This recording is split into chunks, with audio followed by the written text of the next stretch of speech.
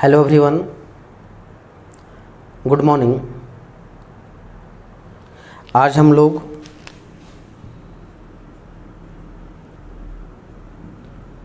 Class 11th का unit 1 हम लोग डिस्कस करेंगे। यूनिट 1 जो है वह था sets and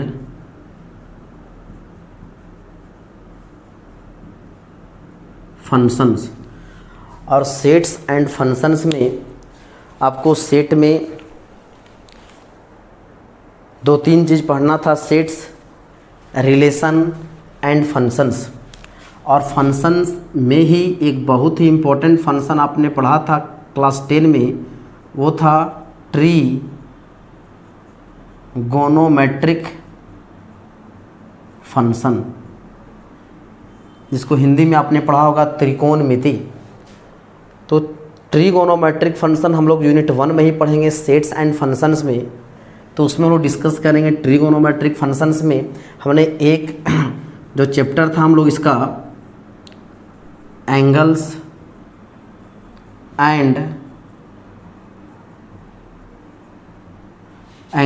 and there measures, ये हमने ऑलरेडी कंप्लीट किया हुआ है। इस टॉपिक को हमने पढ़ा हुआ था पहले ही। तो आज एंगल्स एंड देयर मेजर में हम लोग देखे थे कि यदि एक एंगल है तो एंगल को मेजर करने का आपने अंडर 10 सिर्फ पढ़ा था डिग्री मेथड। लेकिन यहाँ पे आपने 3 तरह का सिस्टम बताया गया था। 3 तरह से हम एंगल को मेजर कर सकते हैं। एक था डिग्री, दूसरा था ग्रेड एंड तीसरा था रेडियन। और 3 सिस्टम था, सेक्साडेसिमल सिस्टम, दूसरा सेंटीसिमल और तीसरा था रेडियन या तो सर्कुलर सिस्टम या तो सर्कुलर मेजर। ये हम लोगों ने एंगल को मापने का कौन कौन सा विधि था, मेथड्स था, ये हमने इस चैप्टर में पढ़ा था। इसके बाद हम लोग जो दूसरा इसी में जो ट्रिगोनोमेट्रिक फंक्शन में जो पढ़ना है, ये बहुत ही इम्पोर्टेंट है, वह है ट्रिगोनोमेट्रिक फंक्शंस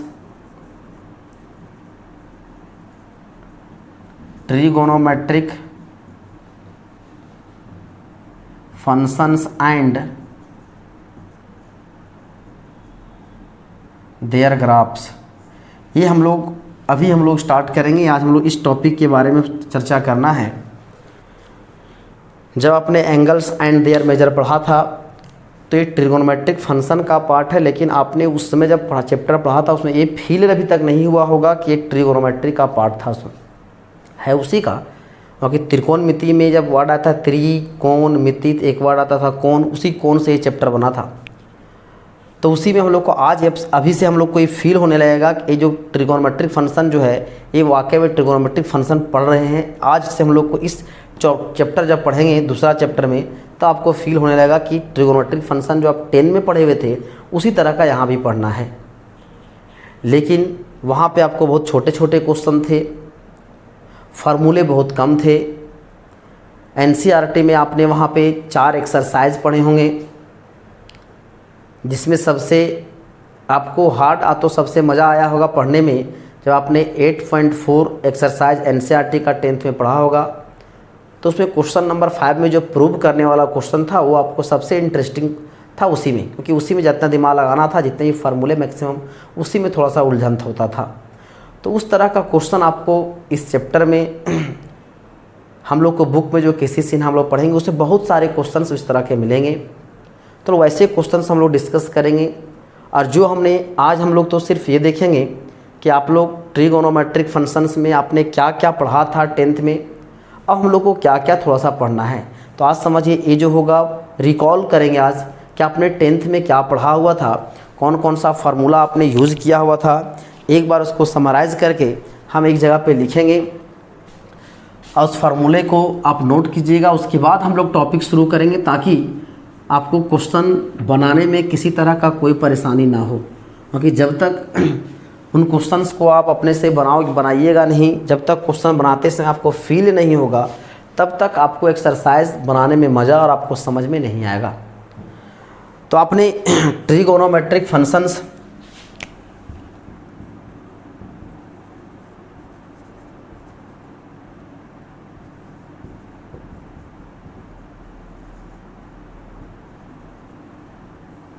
ट्रिगोनोमेट्रिक फंक्शन जो चैप्टर में था, आपने क्लास 10 में देखा था कि 6 तरह का ट्रिगोनोमेट्रिक फंक्शंस था। और इस चैप्टर को आपने ये भी पढ़ा होगा, त्रिकोणमितीय अनुपात।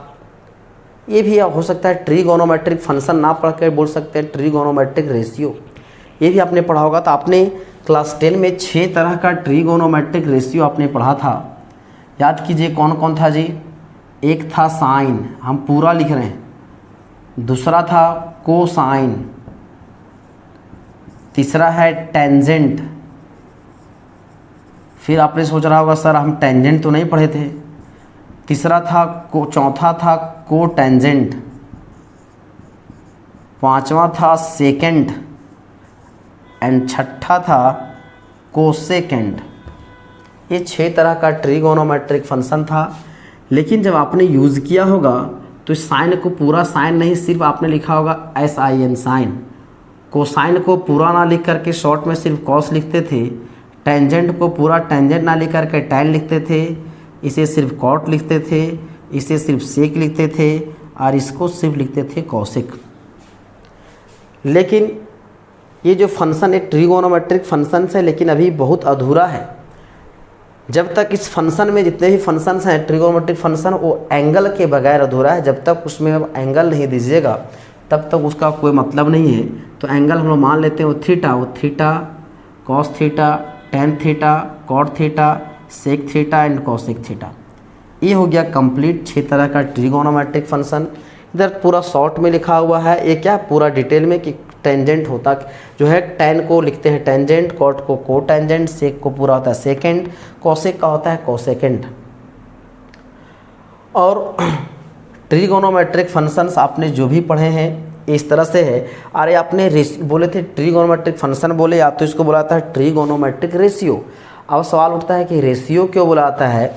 जब आपने साइन को आपने डिफाइंड किया होगा, डिफिनेशन पढ़ा होगा, साइन जो बोलता है it is the ratio. Sine जो है रेशियो है किसका किसका जी, वो परपेंडिकुलर एंड हाइपोटेनियस का। और ये भी जो चैप्टर जो है सबसे पहले ये जो ट्रिगोनोमेट्रिक फंक्शन है आपने पढ़ा होगा कि ये राइट एंगल ट्रायंगल के लिए वैलिड था। एक्यूट राइट एक्यूट एंगल के लिए, यदि यहाँ पे हम ले ए, यहाँ ले बी, यहाँ ले सी, ये राइट एंगल तो ये एंगल 90 डिग्री, इसको मान लेते हैं एंगल थीटा। तो जहाँ पे 90 डिग्री होता है उसके जस्ट सामने वाला साइड को बोला जाता है हाइपोटेनियस, जिसको हम लोग शॉर्ट में किससे डिनोट करते हैं जी, स्मॉल h से डिनोट करते हैं। थीटा के जस्ट सामने वाला जो साइड होगा इसे बोला जाता है परपेंडिकुलर, जिसको स्मॉल p से डिनोट किया जाता है। थीटा जिस साइड के हेल्प से बनता है जिसे बेस, जिसको b से डिनोट किया जाता है। आपने हाइपोटेनियस को हिंदी में पढ़ा होगा कर्ण, ये परपेंडिकुलर है इसको आपने पढ़ा होगा लंब, और ये बेस है इसको आपने पढ़ा होगा हिंदी में यदि पढ़ा होगा तो वो था आधार। मतलब एक राइट एंगल ट्रायंगल में जो 3 साइड्स होते हैं उनको हाइपोटेनियस, एक को बेस एंड एक को परपेंडिकुलर बोला जाता है। लेकिन एक राइट एंगल ट्रायंगल में जो है वह बेस एंड जो परपेंडिकुलर आधार और लंब वो चेंज करते हैं according to their angle. Angle के हिसाब से बेस और परपेंडिकुलर चेंज करेगा, लेकिन हाइपोटेनियस ऑलवेज फिक्स, उसमें कोई बदलाव नहीं होगा। अब सवाल उठता है सर कि आप कैसे बोल रहे हैं कि बेस एंड परपेंडिकुलर चेंज होगा। यदि मान के चलिए थीटा भी यहाँ पे लिए हैं एट पॉइंट सी पे, तो इस सी के लिए यहाँ पे जो थीटा है इसके लिए परपेंडिकुलर क्या बोले, परपेंडिकुलर होता है जहाँ पे एंगल बनेगा उसके जस्ट सामने वाला जो साइड होगा वो कहलाएगा परपेंडिकुलर। थीटा जिस साइड के हेल्प से बनेगा, जिसके सहारे बनेगा, वो कहलाएगा बेस। और 90 डिग्री के जस्ट सामने वाला जो साइड होता है वो कहलाता है हाइपोटेनियस। तो अभी इस थीटा के लिए परपेंडिकुलर है AB और बेस है BC। लेकिन यदि इसी में थीटा को हम चेंज कर दें, यदि सोचिए थीटा यहाँ पर हम A कर दें यहाँ पे फाई, या तो इस थीटा को यहाँ जो C पे है इस थीटा को हम शिफ्ट करके यहाँ कर दें, एंगल A पे कर दें, तो इस थीटा के लिए बोला जाए, इसको मान लेते हैं थीटा 1, यदि इसको मान ले थीटा 2, तो तो थीटा 2 के लिए जो परपेंडिकुलर होगा इस थीटा के लिए जस्ट सामने वाला साइड जो ये है BC, ये BC जो होगा परपेंडिकुलर, थीटा 2 के लिए जो BC है वो परपेंडिकुलर होगा और थीटा 2 बन रहा है AB के हेल्प से, तो AB होगा बेस। मतलब इस थीटा 1 के लिए बेस है BC, लेकिन इस थीटा 2 के लिए बेस ये BC नहीं बल्कि ये परपेंडिकुलर बन जाएगा। इसलिए बोलते हैं एक राइट एंगल ट्रायंगल में base and perpendicular will be change according to their angle but hypotenuse will always be fix. एक राइट एंगल ट्रायंगल में बेस और परपेंडिकुलर अकॉर्डिंग के एंगल के अकॉर्डिंग वो चेंज कर सकता है, लेकिन हाइपोटेन्यूस क्या होगा जी, ऑलवेज फिक्स होगा, उसमें कोई परिवर्तन कोई बदलाव नहीं होगा। याद कीजिए आपने क्लास 10 में इन एक राइट एंगल ट्रायंगल में जो 3 साइड्स हैं बेस परपेंडिकुलर हाइपोटेनस के हेल्प से एक रिलेशन पढ़ा था आपने। तो रिलेशन था हाइपोटेनस का square is equal to perpendicular का स्क्वायर प्लस बेस का स्क्वायर, जिसको इस रिलेशन को आपने नाम पढ़ा होगा पाइथागोरस रिजल्ट। आप तो इसको प्रूफ जब किए होंगे तो पढ़े होंगे पाइथागोरस थ्योरम, पाइथागोरस प्रमेय। ये रिजल्ट आपने प्रूव किया होगा, जिसको हिंदी में आपने पढ़ा होगा यदि, तो वो था कर्ण का स्क्वायर इज इक्वल टू लंब का स्क्वायर प्लस ये हो जाएगा आधार का square, H square is equal to P square plus B square. यदि इन 3 जो है 3 साइड्स है एच पी एंड बी, उसमें कोई भी 2 यदि नोन रहेंगे जिनका हम लोग वैल्यू यदि जानते रहेंगे तो तीसरा का वैल्यू हम लोग बहुत ही आसानी से निकाल सकते हैं। 3 में 2 पता रहेगा, तीसरा को निकालना बहुत टफ नहीं, बहुत आसान है। यदि अब यहाँ से आते हैं हम लोग जो ट्रिगोनोमेट्रिक फंक्शंस का जो रेशियो है, पहला जो ट्रिगोनोमेट्रिक फंक्शन जो है क्या जी, साइन थीटा। तो वहाँ पे साइन जो बोलता है इसका डेफिनेशन यदि पढ़े होंगे तो आपने पढ़ा होगा sine it is the ratio of perpendicular and hypotenuse. Sine जो है परपेंडिकुलर मतलब लंब और कर्ण का क्या है जी, रेशियो है, अनुपात है। मतलब इसको बोल सकते हैं लंब बटा कर्ण, मतलब P/H। दूसरा था कॉस थीटा। कॉस थीटा क्या था जी, ये भी रेशियो था किसका किसका, बेस मतलब आधार और किसका, कर्ण का, मतलब हो जाएगा B/H। तीसरा ट्रिगोनोमेट्रिक फंक्शन था tan, तो इसका डेफिनेशन था it is the ratio of perpendicular and base, मतलब लंब और आधार का, तो हो जाएगा P/B। चौथा था कॉट थीटा। तो कॉट थीटा क्या था जी, it is the ratio of base and perpendicular, मतलब आधार बटा कितना जी, लंब, तो हो जाएगा B/P। पांचवा है सेक थीटा, मतलब बोल सकते हैं ये क्या है जी, सेक ये है ratio of hypotenuse and base, मतलब हो जाएगा H/B। एंड लास्ट वन जो था 6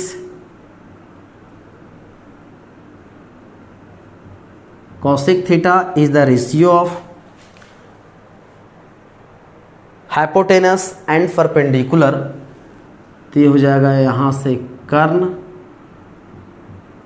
बटा लंब, मतलब हो जाएगा H/P। ये आपने 6 तरह का पढ़ा होगा, साइन का P/H, कॉस का B/H, tan का P/B, कॉट का B/P, सेक का H/B और कॉसेक का H/P। शायद यदि आपको टीचर ने एक इसको याद रखने का ट्रिक बताए होंगे, पंडित बद्री प्रसाद हरी हरी बोल, ताकि वो फार्मूला आपको याद हो जाए। इस तरह से ये चीज़ आपने पढ़ा था। ये जितने भी अभी तक डिस्कस किए आपने क्लास 10 में पहला जो एक्सरसाइज था NCERT का 8.1 वो हम लोग पढ़े, उसमें आपने पढ़ा था। क्योंकि फिर से यदि आपने नहीं पढ़ा है, थोड़ा सा सब जानकारी रखना बहुत ज़रूरी है। जब तक ये नहीं जानोगे तब तक एक्सरसाइज का क्वेश्चन बनना नहीं है। अब आपको पढ़ाई के तरीके चेंज, मतलब आपको पहले थ्योरी बढ़िया से पढ़ना है, एक्सरसाइज को उसके बाद पढ़ना है। तो पहले मेन फोकस करना है थ्योरी पे, ताकि जितने भी फार्मूले हैं, जितने भी कंसेप्ट हैं, वो आपको समझ में आ जाना चाहिए, उसमें कोई परेशानी नहीं हो। अब आ जाइए उसी में फिर आपने पढ़ा था रेसिप्रोकल रिलेशन, आपने पढ़ा होगा एक,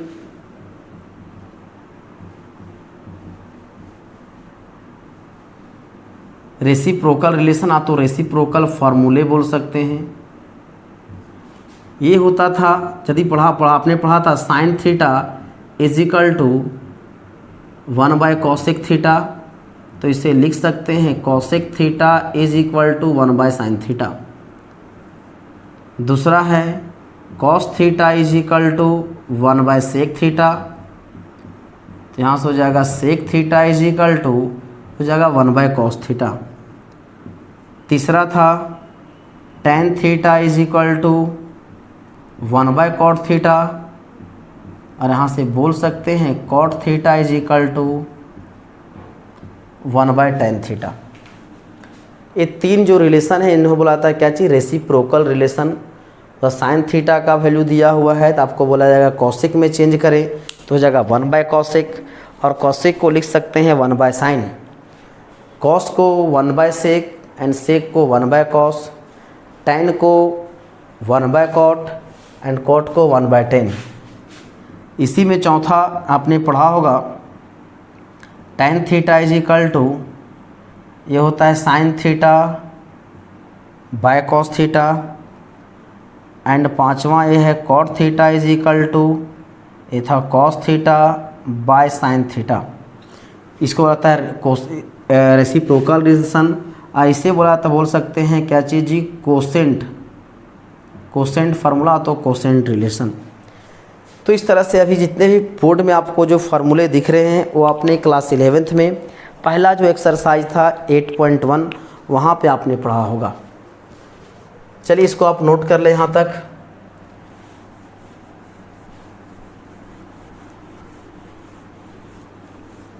याद कीजिए जब इसके बाद पहला एक्सरसाइज के बाद सेकेंड एक्सरसाइज आप एक्सरसाइज शुरू किए होंगे तो उससे पहले पढ़ने से पहले वहाँ पे आपको एक टेबल बनाया गया होगा, और वह टेबल ट्रिगोनोमेट्रिक फंक्शंस के डिफरेंट एंगल पे कुछ वैल्यूज थे, डिफाइंड किए गए वैल्यूज थे, वो वैल्यू आपने पढ़ा होगा। वो वैल्यू मतलब आपने 0 डिग्री, 30 डिग्री, 45 डिग्री, 60 डिग्री और 90 डिग्री पर जितने भी ट्रिगोनोमेट्रिक फंक्शंस के जो वैल्यूज़ थे वो आपने पढ़ा था। तो उसी को हम लोग एक बार लिख देते हैं ताकि आपको समझने में परेशानी नहीं हो। यदि आप भूल गए हो तो वहाँ से आप याद कर लें।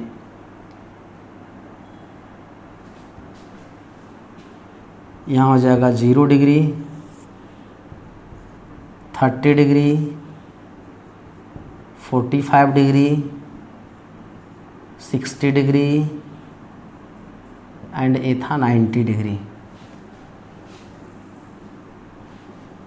यदि यहाँ पे थीटा दे दे इधर थीटा, और इधर फंक्शन है, कौन कौन फंक्शन है जी, sine theta, the trigonometric functions, cos theta, tan theta, cot theta,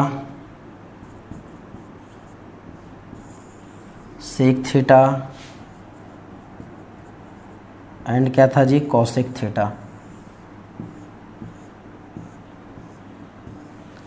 आपने पढ़ा होगा साइन 0 डिग्री का वैल्यू क्या था जी, 0 मतलब टी फंक्शंस।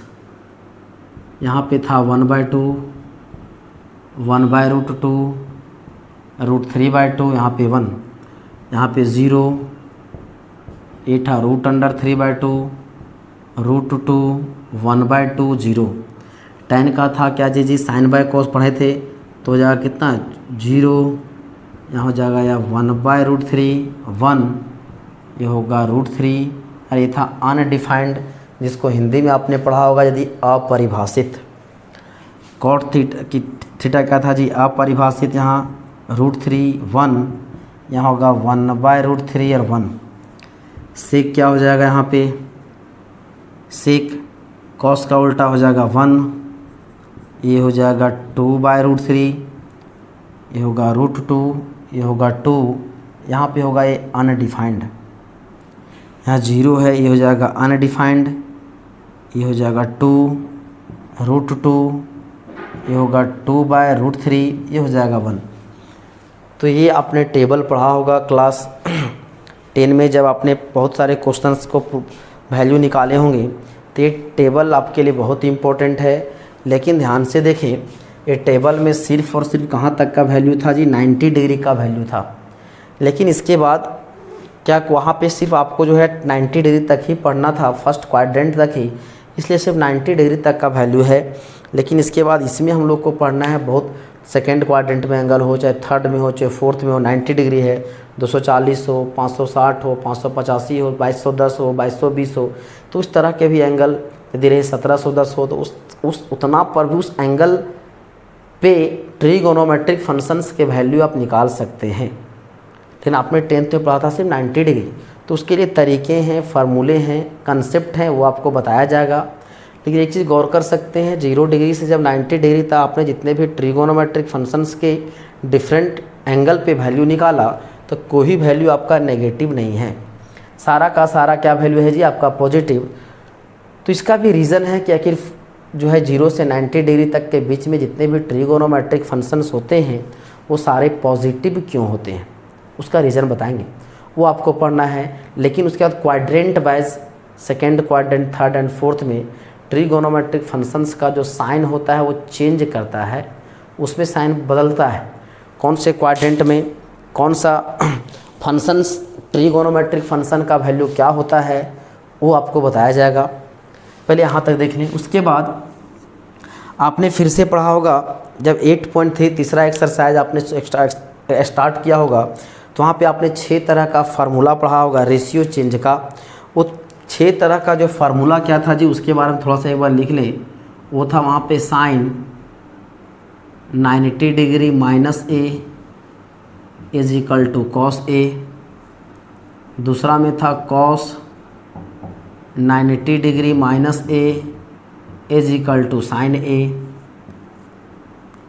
तीसरा में था tan 90 degree minus A is equal to cot A, चौथा था cot 90 degree minus A is equal to A था tan ए, पांचवा था sec 90 degree minus A is equal to cosec A, छठा में था cosec 90 degree minus A is equal to sec A. ये आपने 6 तरह का फार्मूला अपने क्लास 10th में पढ़ा हुआ था, जो इस तरह का इस एक्सरसाइज से रिलेटेड क्वेश्चन भी ऑब्जेक्टिव क्वेश्चन में बनते थे, आपने पढ़ा होगा वहाँ पे। लेकिन आपने सिर्फ यहाँ 6 फार्मूला पढ़ा था, उसी पे आधार पे आपको यहाँ पे टोटल 48 फार्मूले, 48 फार्मूले भी देखने हैं। ये संख्या के लिए है 48। जब इसको बताया जाएगा तो फार्मूले को रटना नहीं, जो कंसेप्ट बताया जाएगा उसको पकड़ना है। तो उसके बाद 48 फार्मूले रटने की जरूरत नहीं, ऑटोमेटिक आपको याद हो जाएगी, फार्मूले रटने की कोई आवश्यकता नहीं है। और वो 48 फार्मूले यदि दिमाग में बढ़ जाएंगे मतलब जो कंसेप्ट यदि बढ़ जाएगा, तो उससे आप 4800 क्वेश्चन क्या, बहुत सारे क्वेश्चन आप बना सकते हैं और बहुत आसानी से बना सकते हैं। उसके लिए रटने की ज़रूरत नहीं है, फार्मूला रटोगे भूल जाओगे। इसलिए कंसेप्ट जो होता है उस कंसेप्ट को सीखें, ताकि आपको क्वेश्चन बनाने में किसी तरह कोई परेशानी ना हो। यहाँ तक आप नोट कर लें। इसके बाद आइएगा, आपने पढ़ा था 3 तरह का आइडेंटिटीज़, 3 तरह का आइडेंटिटीज़ आपने पढ़ा था, और उन आइडेंटिटीज़ का आपने प्रूफ भी सीखा होगा। वो आइडेंटिटीज़ क्या क्या थे जी? पहला जो आइडेंटिटीज़ था वो था sine square theta plus cos square theta is equal to 1। और इस आइडेंटिटी से एक मेन ये था, लेकिन इससे हम लोग 4 और फार्मूला बनाते थे। इससे हम लोग चाहें तो बोल सकते हैं कि sine square theta is equal to 1 minus cos square theta. यदि यहाँ से हम लोग को साइन थीटा का वैल्यू निकालना रहेगा तो हो जाएगा √1 माइनस कॉस थीटा। यदि आपको निकालना है कॉस स्क्वायर थीटा का वैल्यू तो हो जाएगा 1 माइनस साइन स्क्वायर थीटा। यदि निकालना है कॉस थीटा का वैल्यू तो हो जाएगा √1 माइनस साइन स्क्वायर थीटा। तो एक फार्मूला से आपको 4 फार्मूले बने हैं। इसी प्रकार दूसरा जो आइडेंटिटी है वो था 1 plus cot square theta is equal to cosec square theta. तो इसके लिख सकते हैं, यदि कॉसेक थीटा का वैल्यू लिखना रहेगा तो रूट अंडर ये हो जाएगा 1 प्लस कॉट स्क्वायर थीटा। यदि आपको ज़रूरत पड़े कॉट स्क्वायर थीटा का वैल्यू तो लिख सकते हैं कॉसेक स्क्वायर थीटा माइनस 1, जहाँ से कॉट थीटा का वैल्यू हो जाएगा root under cosec square theta minus 1। यदि कॉट स्क्वायर को इधर कर दें तो हो जाएगा 1 इज इक्वल टू ये हो जाएगा cosec square theta minus cot square theta. तो सेम इस फार्मूले से भी 4 फार्मूला और बना। तीसरा जो आइडेंटिटी था वही था 1 plus tan square theta is equal to sec square theta. तो यदि यहाँ से चाहें तो हम सेक थीटा का वैल्यू लिख सकते हैं, कितना हो जाएगा root under 1 plus tan square theta. यदि आप tan स्क्वायर थीटा का वैल्यू निकालें तो हो जाएगा sec square theta minus 1। Only tan theta का वैल्यू निकालें तो हो जाएगा रूट अंडर हो जाएगा सेक स्क्वायर थीटा माइनस 1। यदि इस tan स्क्वायर को उधर ले जाएं तो हो जाएगा sec square theta minus tan square theta is equal to 1। तो एक फार्मूले से टोटल 4 फार्मूले बनते थे, 1 2 3 4 5, इससे भी 5 होगा 1 2 3 4 5, 1 2 3 4 5, मतलब ये 3 आइडेंटिटीज़ थे, पहला दूसरा तीसरा, लेकिन इससे टोटल 15 फार्मूले बनते थे। 15 आपको याद रखना चाहिए, क्योंकि कब कौन सा यूज करना पड़े वो कहना मुश्किल है। यदि इसको प्रूव करने की बात आवे तो इसका प्रूफ ऑफ 1 कर देते हैं, एक का प्रूफ कर देते हैं। एक राइट एंगल ट्रायंगल बना दें, ये है ABC, यहाँ पे एंगल ले लेते हैं थीटा, ए परपेंडिकुलर। तो इस थीटा के लिए ये जो होगा ए बी क्या परपेंडिकुलर, ए बेस, और ये क्या होगा जी हाइपोटेनस। और अपने बेस परपेंडिकुलर हाइपोटेनस में एक रिलेशन पढ़ा, क्या था, H square is equal to P square plus B square. तो देयरफॉर बोल सकते हैं यहाँ पे A C square is equal to यहाँ हो जाएगा A B square plus B C square. अब यदि प्रूव करना है, यदि आप एल एच एस लीजिएगा इसमें पहला में, तो एल एच एस कितना है जी, साइन स्क्वायर थीटा, ये है प्लस कॉस स्क्वायर थीटा। इसे लिख सकते हैं साइन थीटा का स्क्वायर होल स्क्वायर, उस जगह कॉस थीटा का होल स्क्वायर। और आपने अभी पढ़ा कि साइन थीटा का मतलब क्या था जी, परपेंडिकुलर और हाइपोटेनियस का रेशियो। तो थीटा के लिए परपेंडिकुलर ए बी और हाइपोटेनियस है ए सी, तो बोल सकते हैं ए बी बाय ए सी का स्क्वायर। कॉस है बी बाई एच, तो हो जाएगा बी सी बाय ए सी का स्क्वायर। तो यहाँ बोल सकते हैं हो जाएगा A B square by A C square, B C square by A C square. यदि आप एलसीएम लोगे तो हो जाएगा ए सी स्क्वायर, हो जाएगा A B square plus B C square. अब देख सकते हैं कि A B square plus B C square का वैल्यू है ए सी स्क्वायर, तो लिख सकते हैं A C square by A C square, एक कटेगा 1, यही तो आर एच एस है। मतलब फार्मूला नंबर 1 जो है आइडेंटिटीज़, जो 1 है आइडेंटिटी 1, उसका प्रूफ है। इसी प्रकार से आप चाहें तो सेकेंड जो आइडेंटिटी है उसको प्रूव कर सकते हैं, थर्ड आइडेंटिटी को भी प्रूव कर सकते हैं। तो जितना हम लोग आज देखें वो आपने क्लास 10th में ये सब सारी चीज़ें पढ़े हुए थे, उसका तो रिकॉल कर रहे थे, रिवीजन, ताकि आपको जब एक्सरसाइज में हम लोग एंट्री करें तो उसमें कोई परेशानी ना हो। तो जितना था इसको आप नोट कर लें, घर में जा कर के फिर से आप रिवीजन करें। चलिए इसको नोट कर लें। आज के लिए इतना ही, धन्यवाद।